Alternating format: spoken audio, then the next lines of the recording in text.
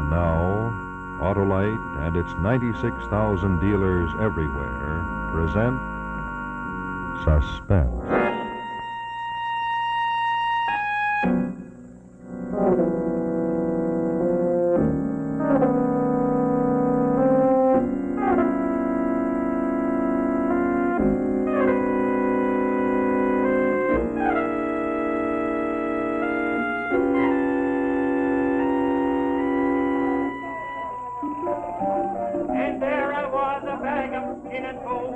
Lying on the banks of the river Orinoco with an arrow wound in my boot.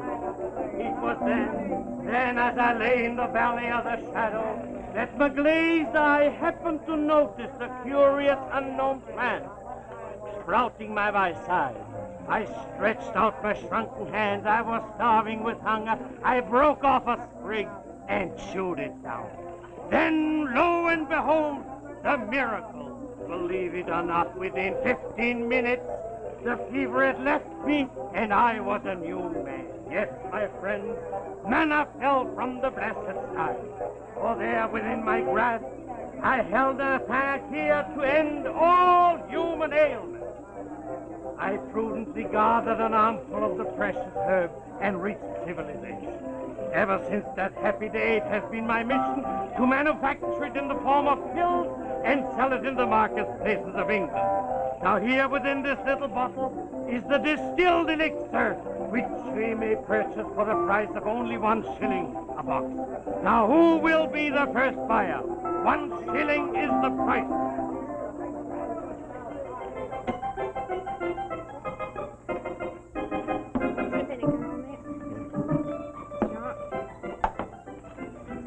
That'll be 6pence, please. Hurry up, my girl. I haven't got all day to waste. Now you wait your turn. Who do you think you are? Henry VIII or the fat boy at Peckham? That's quite a comedienne. She ought to be in the music hall. You got the looks for it. Oh, thank you for nothing. Now what'll it be? Added Whiting Place or... Well, when I first came in, I fancied a nice piece of Dover sole. But now that I've seen you, I can think of something I like better than fish. Such as? Such as a little kiss to whet my appetite. Here, you take your hands off me, you... That's a nice little flipper you got there. What's your name? Beatrix. My friends call me Bee. Bee, eh? A little honeybee? Oh, you ain't half got a nerve for a stranger. Here, there, you're gonna stand there all dull, chewing the fat. Oh, anybody think he'd got the place? All that's the matter, please. Say, who do you think you're pushing? I don't think I know. I think that's who I'm pushing, a fraud. Who is a fraud? You are, you great fat bladder of lard. I happen to work in the chemist shop here. I took his panacea, as he calls it, to my governor. I had him analyze them pills. They're nothing more than bicarbon sugar. Bicarbon sugar, that's what they are. Take back those words. Dr. Potterson. Dr. Maillard. You're a dirty lying quack. Come on, now, you must go. Hey, let go of me. Sit down. Easy now. And good riddance. He sold his last pill in Hollingford. Dr. Blasted Potterson. That's right, now you drink that up. That's a good one. And here within this little bottle is the distilled elixir, which you may purchase for the price of 1 shilling a box. Now, who will be the first? Who will be the first customer? Hey, White, it might be a good notion to buy some from him. Then he might remember you later when we get down to the real business, eh? Yes, but you'd better stick here. I don't want him to see you yet. You'll need all your wits about you for the job you do on him later. I won't be long. Robo, There, I'll do it. That's them, all right. Clean-shaven, dark complexion, 5'9", check cap. And the girl, red hair, pretty, turned-up nose, check skirt, straw hat, stockings beige. I wonder why they split up. Oh, we've got to keep our mince pies glued on it. The inspector says we must not let them out of our sight. And when Scotland Yard moves in on a job, you can take it from me, they're likely to be pretty slippy customers. Now, what about you following him and me following her? Skirts will be your ruin one day, my lad. And I'll tell you what, as your superior officer, you will follow him and I will follow her. The price is 1 shilling. As a special offer, I'll make it 9 pence. I'll make it 6 pence. But 6 pence only to the first buyer. I'll pay 6 pence. I'll pay 6 pence. I'd like a box of your pills.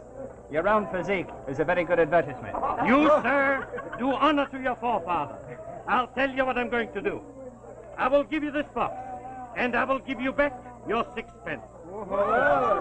Take this, a concentrated health, as a gift from me to the most sensible person on the entire village green. Thank you, sir. That's most generous of you. I hope you have a very good day, Doctor. Best of luck. Who will be the next? Here,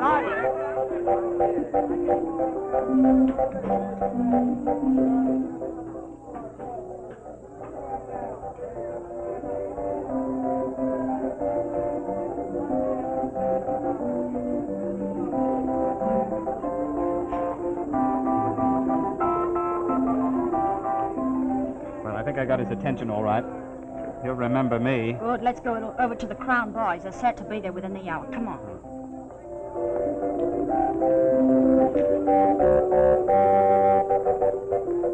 What went on? How do I know? He bought a box of those fake pills and then came over here to the girl. Best of I know what's going on. What did the bloke say to her? Just caught the last phrase. Something about getting a good place over at the pub. Oh, did he? Well, our instructions are to stick to their heels, so we'll go and get a good place over at the pub. That, my boy, is what I call combining business with pleasure.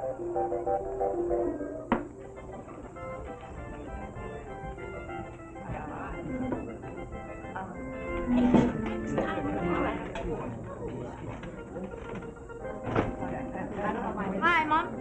How about another gin? Oh, put some peach bitters in it. All right, gin and peach bitters, eh? Yes. All right.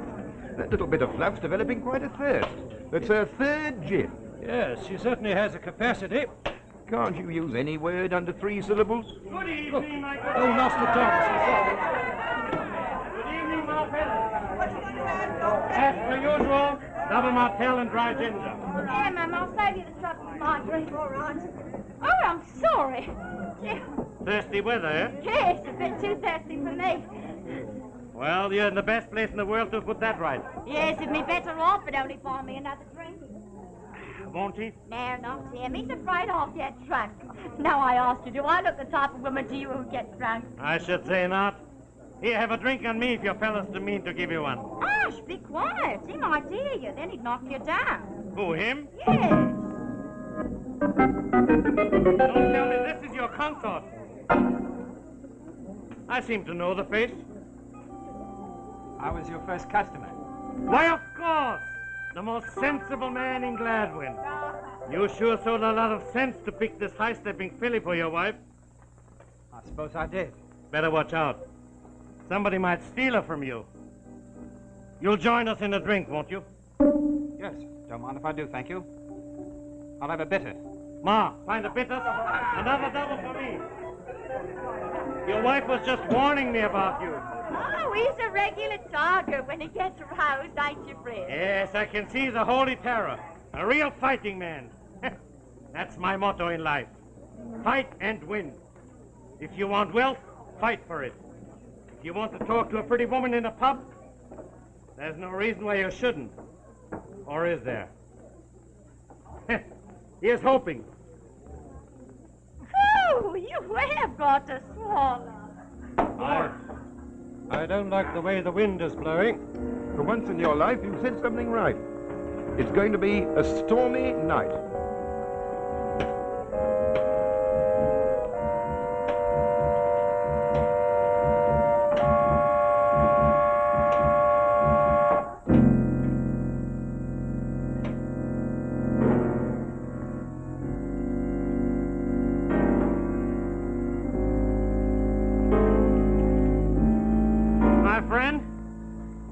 I tell you, if you want something and you're a real man in the fullest sense of the word, you'll take it.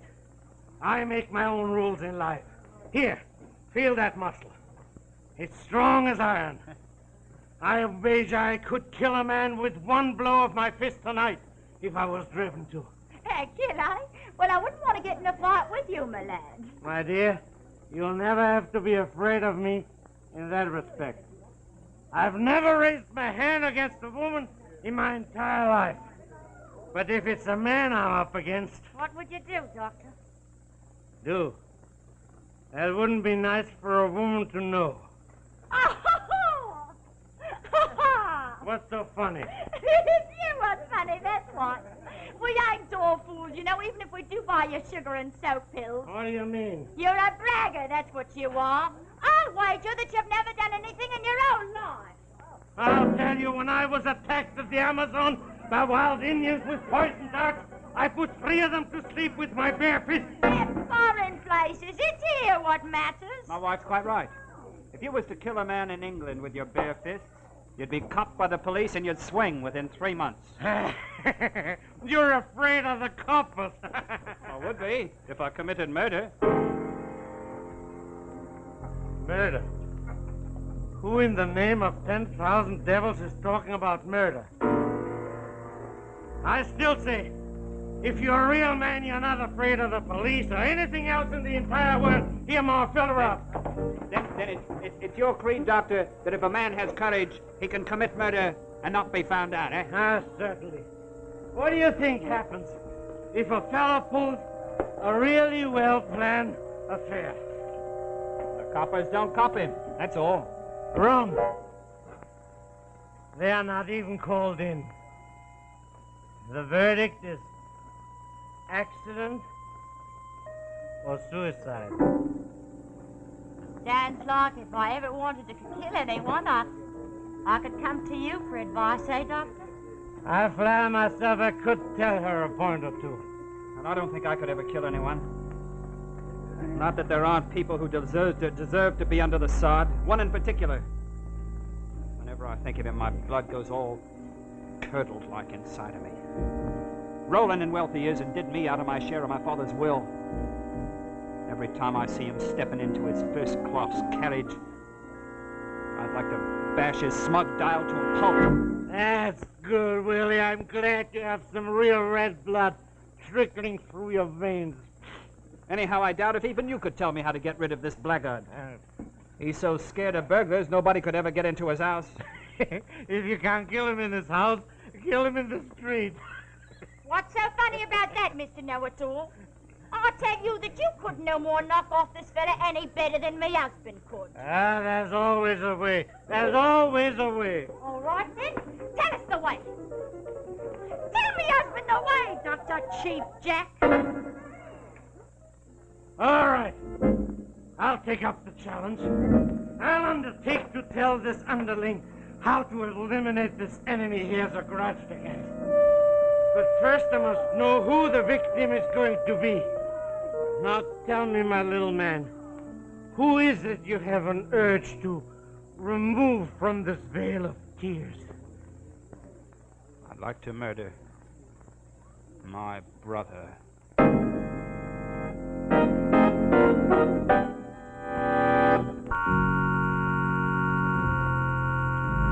Now, Act 2 of The Mallet, starring Walter Slezak. So you want to murder your brother? Give him his quietus, as the bard puts it. I'd like to see him lying dead at my feet. You heard what he said, Mr. Know-It-All. Now prove your boasting. You got a test case, me husband's brother. Why the devil do I know what the best plan is if I don't know the man or anything about his ways? I'll tell you anything you want to know. All right. But first I want to make it clear to this bucolic assemblage that Weary Willie here intends to commit a crime and follow my plan. I'm in no way responsible. Now, is that clear?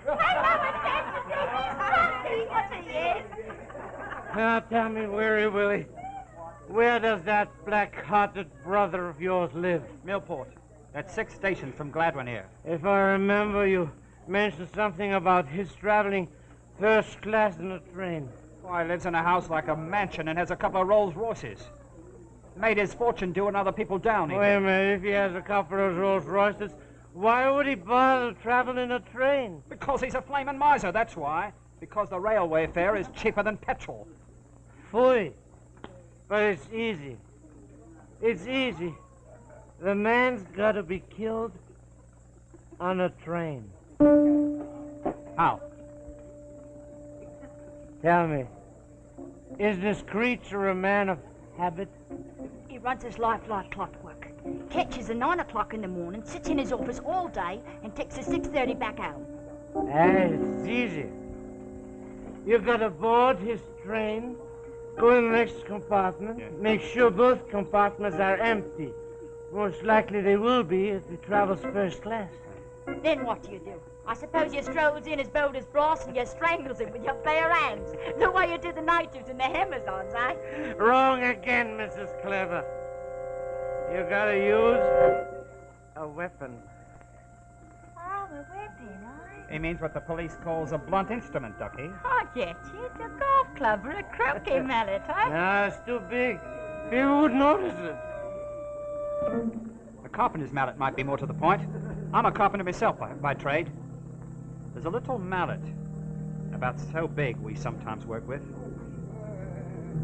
That'd be a handy thing to beat out somebody's brains with. That's it. A small-sized mallet is just the thing. All right, Doc. So you've got your weapon. You're in the train, by yourself. The man I want to kill, my brother, is in the next compartment. So what? What do you do next? I'll tell you.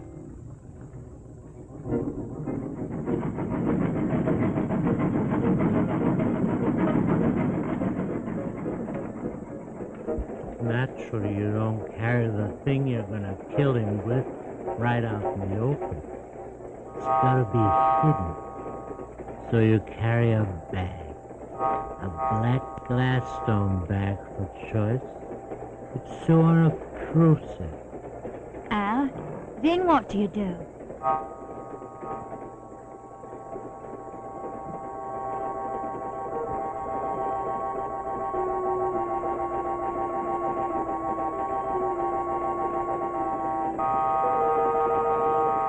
gotta know your journey. Every yard of it. You've been over it again and again. You know every house, every landmark, even in the dark. All right. So you goes in the corridor and waits. You knows the route.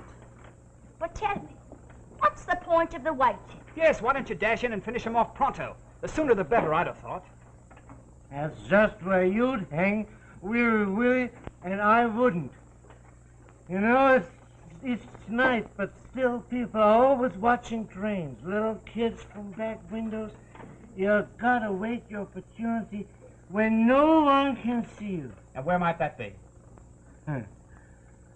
There's a good-sized hill between Tweedler Station and Oxney Flitch. That's right, Doctor. Now, how does the train go through a hill, huh? It doesn't climb over it. The tunnel, of course, the tunnel. That's a brilliant stroke, Doctor. Did he get it? They're certainly getting a plan out of him. Let's get a bit closer. We mustn't miss a word of this. There's one thing. Suppose, when you rush into the compartment with the mallet, he puts up a fight and pulls a communication cord. Ah, you fool! Who's talking of rushing in with a mallet and killing strangers? We are talking of taking revenge on somebody who's wronged you. Somebody you know and somebody who knows you.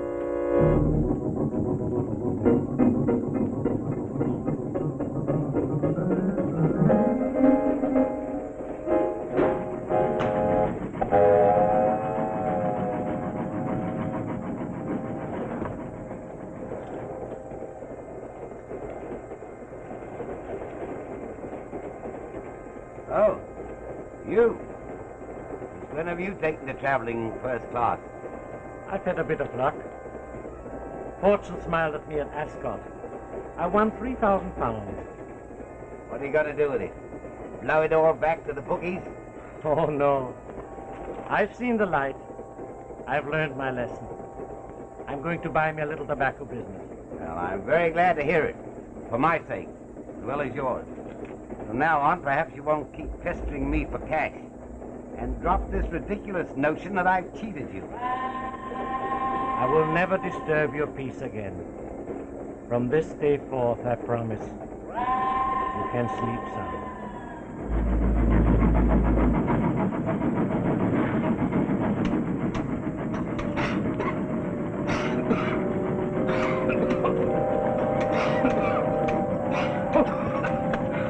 Close the window. I always forget this blasted tunnel.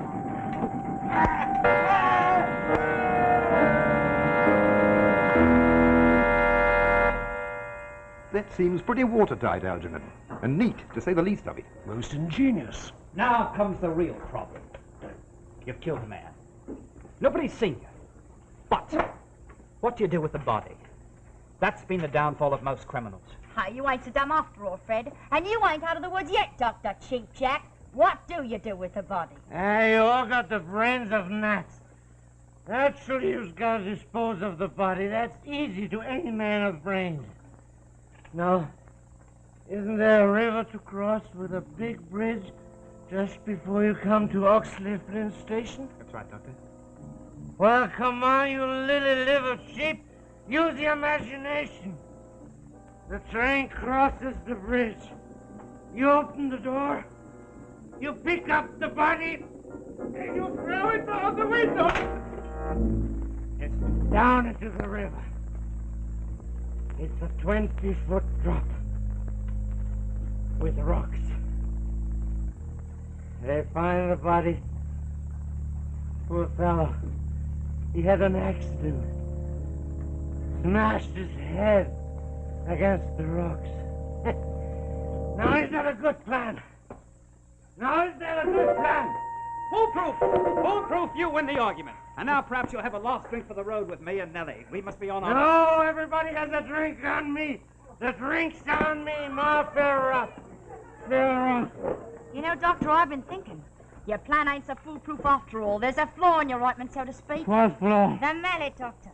What about the melon? You can't throw it into the river afterwards. It might be washed ashore somewhere. My old gal's got you there. The mallet. The mallet, Doctor. Tell us, what would you do with it, the mallet? The mallet! The melon. Isn't there a slag heap just by the gas works? An incinerator where they burn the rubbish? It's right, love, there is, right beside the railway line. There's your answer. You take the mallet, you throw it on the slag heap, and in 2 minutes it's burned to a cinder. So that's how you did it, Partisan. You haven't been telling me how to kill my imaginary brother. You've been reliving a crime you committed yourself. What are you talking about? I have suspected it ever since we found that half-burned mallet on the slag heap. Parker Partisan, alias Richard Morley, I arrest you for the murder of Alderman David Raines on the night of December 12, 1910.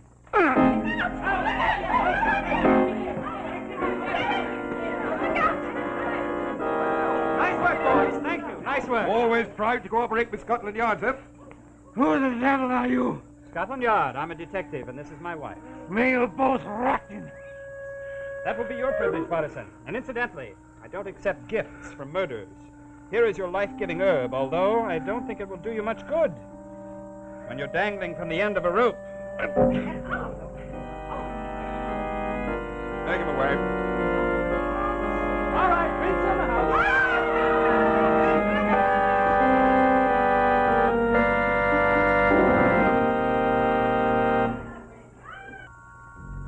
Portions of this program were mechanically reproduced. Heartwarming story of suspense, Dancing Dan's Christmas by Damon Runyon.